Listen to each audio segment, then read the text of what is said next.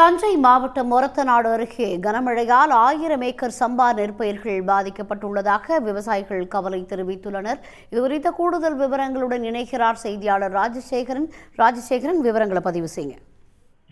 அதாவது தஞ்சை மாவட்டத்தில் பொறுத்தவரை தொடர் மழையால குளமங்கலம் உள்ளிட்ட கொஞ்சம் தாழ்வான பகுதிகளில் இந்த மொத்தமாக ஒரு 35,000 ஏக்கர் பரப்பளவு இளம் சம்பா நடவு பயிர்கள் தண்ணியில் மூழ்கி தண்ணி வழி இல்லாமல் எல்லாம் அழுகி வருது.